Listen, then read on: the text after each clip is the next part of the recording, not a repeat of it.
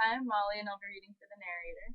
Hi, I'm Becky, and I'll be reading for Simon, Winston, and the youthful voice of the I'm Kathleen, and I'll be reading for Parsons. Simon looked up. Here comes Parsons, He said. Something in the tone of his voice seemed to add, that bloody fool. Parsons, Winston's fellow tenant at Victory Mansions, was in fact threading his way across the room. A tubby, middle-sized man with fair hair and a frog-like face. At 35 he was already putting on rolls of fat at neck and waistline, but his movements were brisk and boyish. His whole appearance was that of a little boy grown large. So much so that although he was wearing the regulation overalls, it was almost impossible not to think of him as being dressed in the blue shorts, gray shirt, and red neckerchief of the spies. In visualizing him, one saw always a picture of dimpled knees and sleeves rolled back from pudgy forearms.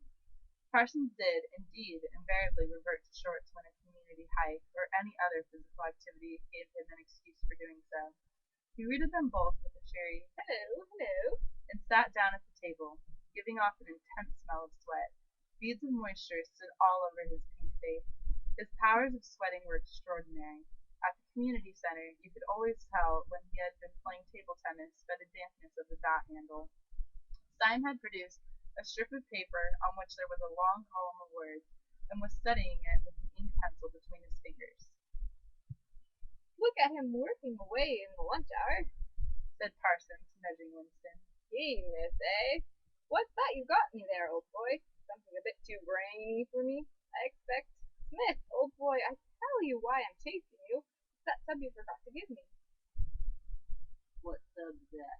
Said Winston, automatically feeling for money. About a quarter of one's salary had to be earmarked for voluntary subscriptions, which were so numerous that it was difficult to keep track of them. Or hate week. You know, that house by house fund. I'm treasurer for our block. We're making an all out effort. Going to put on a tremendous show, I tell you. It won't be my fault if old Victory Mansion doesn't have the biggest outfit of flags in the whole street. $2, you promised me. Winston found and handed over 2 creased and filthy notes, which Parsons entered into a small notebook in the neat handwriting of the illiterate. By the way, old boy, he said, I hear that little beggar of mine let fly at you with his catapult yesterday. I gave him a good dressing down for it. In fact, I told him I'd take the catapult right away if he does it again. I think he was a little upset not going to execution, said Winston. Ah, well, what I mean to say shows the right spirit, doesn't it? Mischievous little beggars they are, both of them. But talk about keen, eh? All they think about is spies. And the war, of course.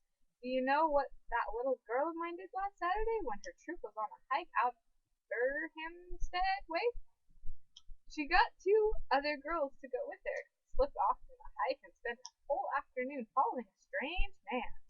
They kept on his tail for 2 hours, right through the woods, and then, when they got into Amsterdam, handed him over to the patrols. What'd they do that for? Said Winston, somewhat taken back. Parsons went on triumphantly. My kid made sure he was some kind of enemy agent. Might have been dropped by a parachute, for instance. But there's the point, old boy. What do you think put her onto him in the first place? She spotted he was wearing a funny kind of shoes. Said she'd never seen anyone wearing shoes like that before. So the chances were he was a foreigner. Pretty smart for a nipper of 7, eh? What happened to the man? Said Winston. That I couldn't say, of course, but I wouldn't be altogether surprised if. Parsons made the motion of aiming a rifle and clicked his tongue for the explosion. Good, said Syme abstractedly, without looking up from his strip of paper. Of course we ain't afford to take chances, agreed Winston dutifully. But I mean to say there is a war on, said Parsons. As though in confirmation of this, a trumpet call floated from the telescreen just above their heads. However, it was not the proclamation of a military victory this time, but merely an announcement from the Ministry of Plenty. Comrades! Cried an eager, youthful voice. Attention, comrades! We have glorious news for you. We have won the battle for production. Returns now completed of the output of all classes of consumption goods now show that the standard of living has risen by no less than 20% over the past year. All over Oceania this morning there were irreprehensible, spontaneous demonstration when workers marched out to the factories and offices and paraded through the streets with banners voicing their gratitude to Big Brother for the new, happy life which he, his wise leadership has bestowed upon us. Here are some of the completed figures. Foodstuffs? The phrase, "our new happy life," recurred several times. It had been a favorite of late with the Ministry of Plenty. Parsons, his attention caught by the trumpet call, sat listening with a sort of gaping solemnity, a sort of edified boredom.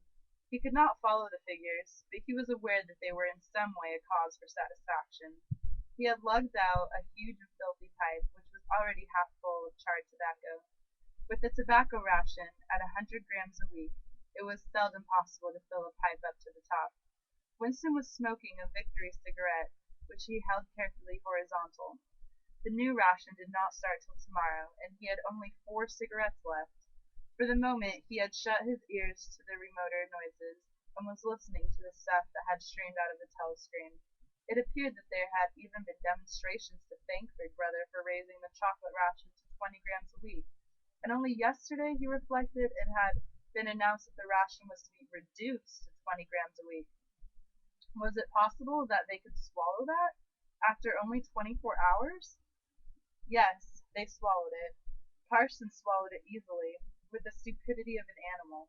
The eyeless creature at the other table swallowed it fanatically, passionately, with a furious desire to track down, denounce, and vaporize anyone who should suggest that last week the ration had been 30 grams. Syme, too, in some more complex way, involving doublethink.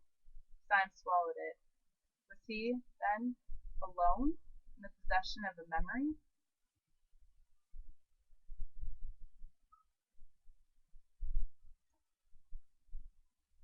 Thank you.